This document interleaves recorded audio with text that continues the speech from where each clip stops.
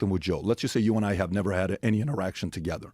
I'd like to pitch Joe XYZ show or do this. Okay. He says, let me get back to you. If they're professionals, there's one of two things that happens. One, he comes up to you. If he doesn't get back to me, my interpretation is Joe's not interested. Right. Or they forgot to follow up, okay, because they're so busy. Let's give them the benefit of the doubt that they forget to follow up. But if it happens 3 different camps, it's not the team. You don't want to do a lot of these tough long-form interviews. So I don't know. This is going to be a very interesting election cycle to see what will happen. I don't think a lot of people think Joe's going to be there at the end. Also, Kamala, what do they do with her? Oh, my God. If he steps down, what do they do with her?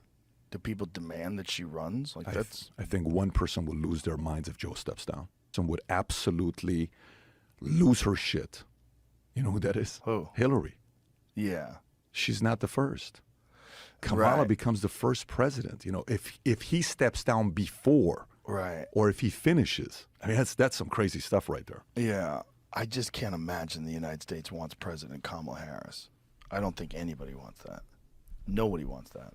I mean, maybe some people would prefer that over President Trump, but nobody wants that. And nobody wants President Newsom either. Nobody believes in that guy. The guy's a fucking con man. I mean, everything he did in California, from trying to mandate vaccines for kids, when it was totally unnecessary, to being caught out in public without a mask and lying about the fact that he was outdoors. Yeah. All of it. It's just, nobody believes in that guy. He's just a politician. Just a stone-cold, narrative-driven politician. You know, and it's nobody thinks he's a real human. Whether you like Trump or not, whether you think he's corrupt or not, that's a human being. You know what that guy is. Same thing with RFK Jr. Whether you believe that he's correct about vaccines or whether you believe his policies would be effective, and you know that's a human being. With Newsom, you got like this construct, this cardboard cutout of a person. It's just, I don't think people want that. But they might want it more than they want President Trump. And that's where we got Joe Biden. We didn't get Joe Biden because Joe Biden's amazing. Joe Biden's been a goof his whole fucking career. He's always been a goof. He's been caught lying so many times. Yeah. He's so full of shit. There's so much evidence that he's corrupt. Just undeniable evidence of corruption. And the stuff with him and his son, and then the guy who just testified that was business partners with Hunter, who talked about all the different things that Joe was involved with. Evan Archer. Yeah. It's fucking undeniable. And the fact that mainstream news is ignoring this, except for right-wing media, it's fucking crazy. Yeah, but on the back end, when they flip, they're all united when they flip. Meaning, if they go after him, like they did with Cuomo. Exactly. So to me, Andrew Cuomo is a case study of what's about to come. Like, it's a conversation where whoever that guy is, there's got to be a guy that makes the phone call, right? That guy can talk to him. And they say, Joe, it's time. We got to figure something out, and you got to step away. And we're going to protect your legacy. Netflix has already agreed to do a massive 4-part series documentary on your life. And we got you a $30 million deal with Simon & Schuster, okay? And outside of that, you're good, you're scored away, you're going to get this award, you're going to get that award, and your wife's going to get this, and you're going to get this, and you don't have to worry about pardon, all this, but you got to step away. That person's going to make the phone call, especially to the people when you're part of the establishment. That person can't make the phone call to the anti-establishment people. But that person can make the phone call to the establishment people, and he's full-blown establishment, 50 years if you want to, 60 years. The Newsom thing is a little bit interesting. I think Newsom is 10 times more marketable than Biden. When Newsom went on Hannity, I don't know if you saw it or not, most people said Newsom won.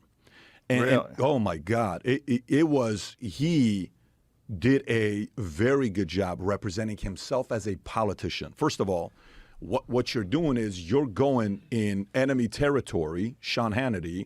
Sean Hannity is a Trump guy, so you're willing to go to anybody, and you go to him. You didn't go to somebody that's a little safer. You went straight to him. And afterwards, everyone's like, Newsom showed up, he did this, he did that. So if Newsom takes a page out of Trump's playbook to go against opposition, he shows strength, Democrats are just going to get behind somebody, and they got a behemoth of a machine to start talking about why he's such a hero, why he's such a this, why he's so noble. So, the other part, Joe, that RFK is confusing a lot of these guys, RFK and Vivek. What are the two guys doing? They're going on podcasts. They're going everywhere. Yeah. And some of these guys are not realizing the power of you yet, the power of the podcast model, the power of Friedman's, the power of going and talking to the people because it's digital. I'm looking at the video here, 15-minute clip, 5-minute clip, Twitter short clip. So I think this could be the first case study where mainstream media for an election, this could be the last one where they have a little bit of an advantage. I think it's about to be done for them. Yeah, I think so too. Well, it's a terrible format. I mean, mainstream media has always been hampered by the fact they have ads every 7 minutes. It's always been every conversation is only allowed to have a certain amount of depth to it because you can't expand on things. You can't if you have like something very complicated to discuss. You need to let someone talk without any interruption, and then there needs to be some back and forth. That takes time. It takes a long time for someone to clearly establish when you're talking about the facts of a very important piece of policy or a very important situation that's going on in America. Like, say, the border crisis. You can't talk about the border crisis in 5 minutes. It's super complicated. You can't talk about Title 42 in 40 minutes. You can't talk about any of these things in a short amount of time. You need hours. You need to be able to expand for hours and not be interrupted by commercial breaks. But they're hampered by that model. It's always going to be, and then